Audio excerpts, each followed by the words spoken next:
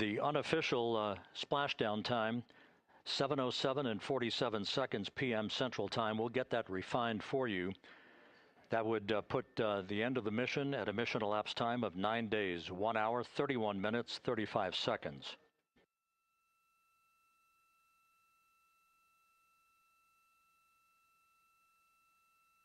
And we're configuring for very low data rate.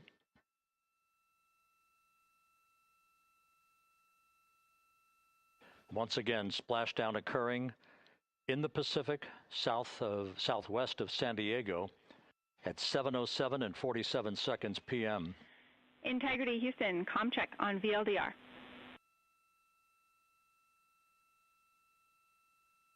Houston, we have you loud and clear on VLDR. How else? We have you the same. We'll meet you over in post-landing. Perfect communications established. A journey. We are stable 1, 4 green crew members. Houston copies all. Reed Wiseman reporting 4 green crew members. That is not their complexion. That is the fact that they're in great condition. That's what that means. So stable 1, upright. The crew module uprighting system is being deployed. The 5 airbags being inflated through helium to maintain the upright configuration for the vehicle. This was a textbook entry and a textbook touchdown for Integrity. Reed Wiseman, Victor Glover, Christina Cook, and Jeremy Hansen back on Earth after a journey around the moon.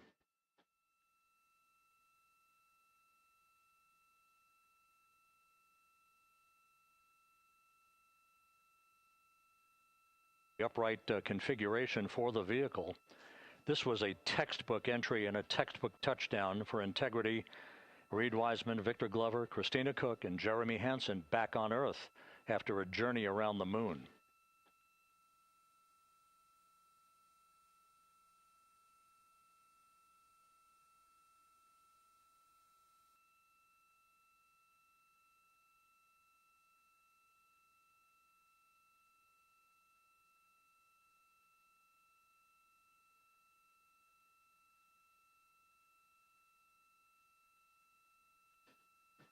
We continue to monitor the functioning of the CMOOS system. The airbags are being inflated to maintain a stable 1 or upright configuration. And there's a good view from one of the naval helicopters hovering overhead. Reed Wiseman reporting 4 green crew members, meaning they're all in excellent shape.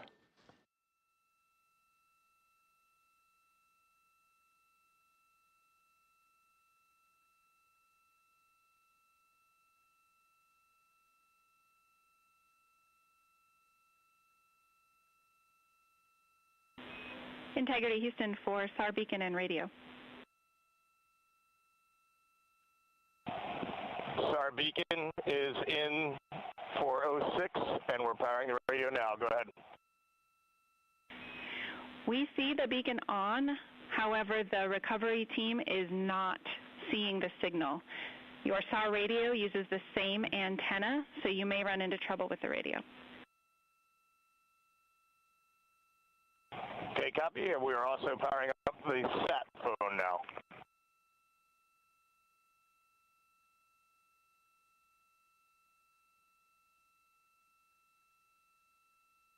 So Integrity is in great shape, and as the crew continues its post-splashdown timelined activities on board, Reed Wiseman once again reporting that all 4 crew members are in excellent shape.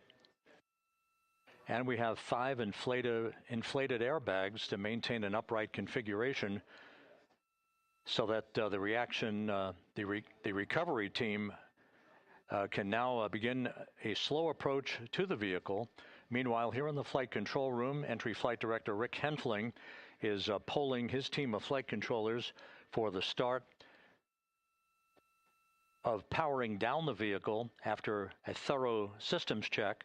We have no toxic gases to be concerned about, so the recovery personnel can approach the vehicle, but not until we have powered down the spacecraft. That's expected to take a few more minutes.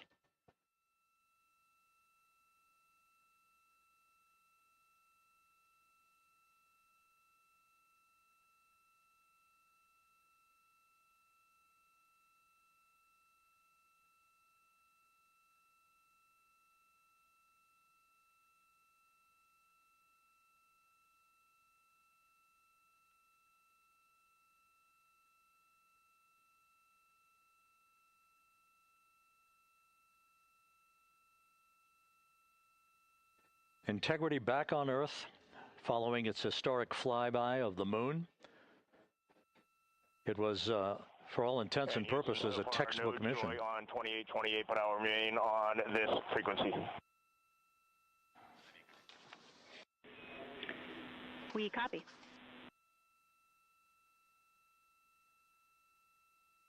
Reed Wiseman indicating some trouble with the SARSAT phone on board, but that's not an issue. What is more important is that the vehicle is solid. No issues as we begin the power down of the vehicle to begin the recovery process.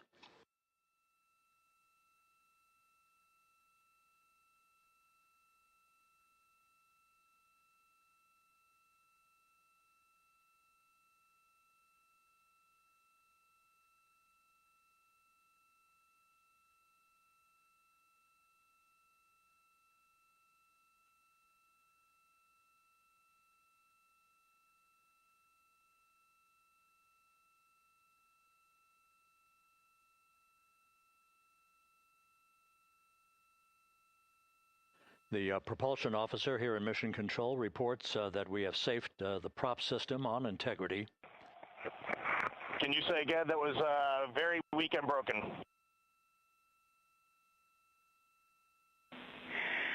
Integrity, Houston did not call.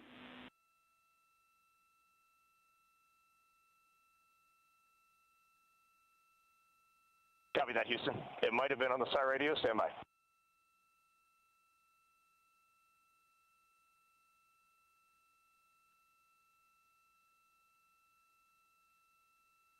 All of the milestones were executed in perfect fashion. Integrity entering the Earth's atmosphere right on time, reaching its peak speed shortly after a blackout period began. We emerged from the blackout period, but the recovery imagery airborne assets were able to pick up Integrity's descent almost immediately through entry interface, tracking the vehicle all the way down. And finally, you saw the sequence of chute deployments. First, the forward bay cover being pulled off the top of the vehicle by a series of 3 parachutes. Then the drogue chutes were deployed, followed by the 3 main chutes that slowed the splashdown velocity of Integrity to just 19 miles an hour.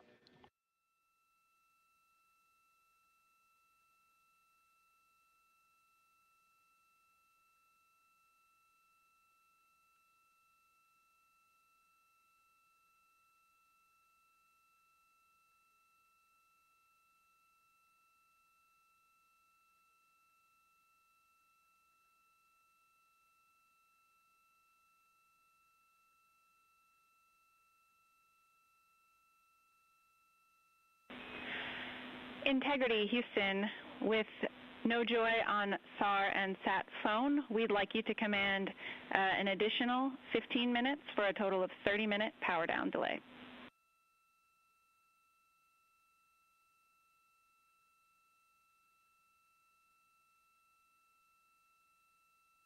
All right, Jackie, we have selected T/D+30.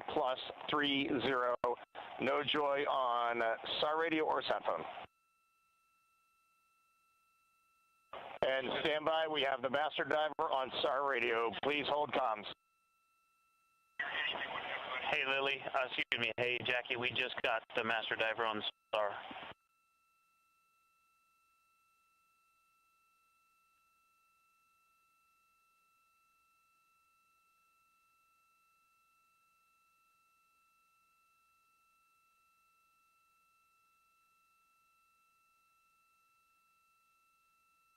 A good view of one of the fast boats. Integrity, Houston, if you are happy with your comm with Master Diver, you can go back to the 15-minute power down. Okay, stand by. Yeah, we'll confirm here in a second. The crew on board Integrity coordinating with the flight control team in Houston here in Mission Control on the timing of the power down of the vehicle, which will be the precursor to the recovery teams approaching the spacecraft. There are no issues with integrity. We've had a bit of broken capability in establishing a SARSAT or satellite phone communications capability between the crew on board Integrity and the recovery team. That will get sorted out here shortly. There's plenty of cooling on board Integrity, so there's no rush to begin the power down. I tried to call you on the sat phone and not getting an answer there either. Concur. We haven't had anything come through.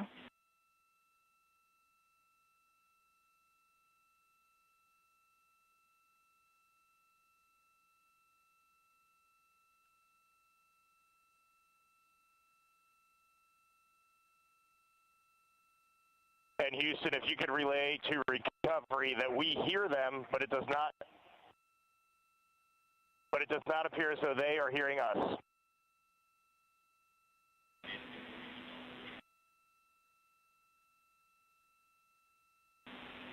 Houston copies, and Reed, just to confirm, you are pushing the PTT on the radio.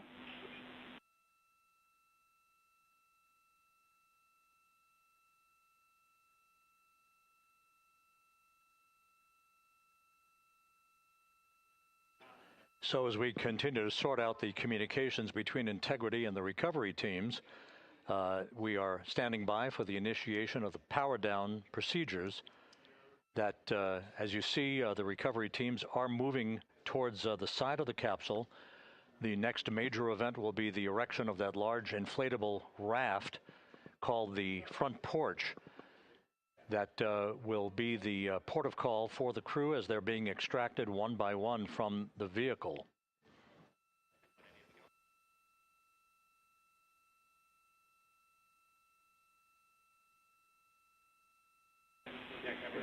Integrity, Houston, for sat phone, we are going to attempt to call you.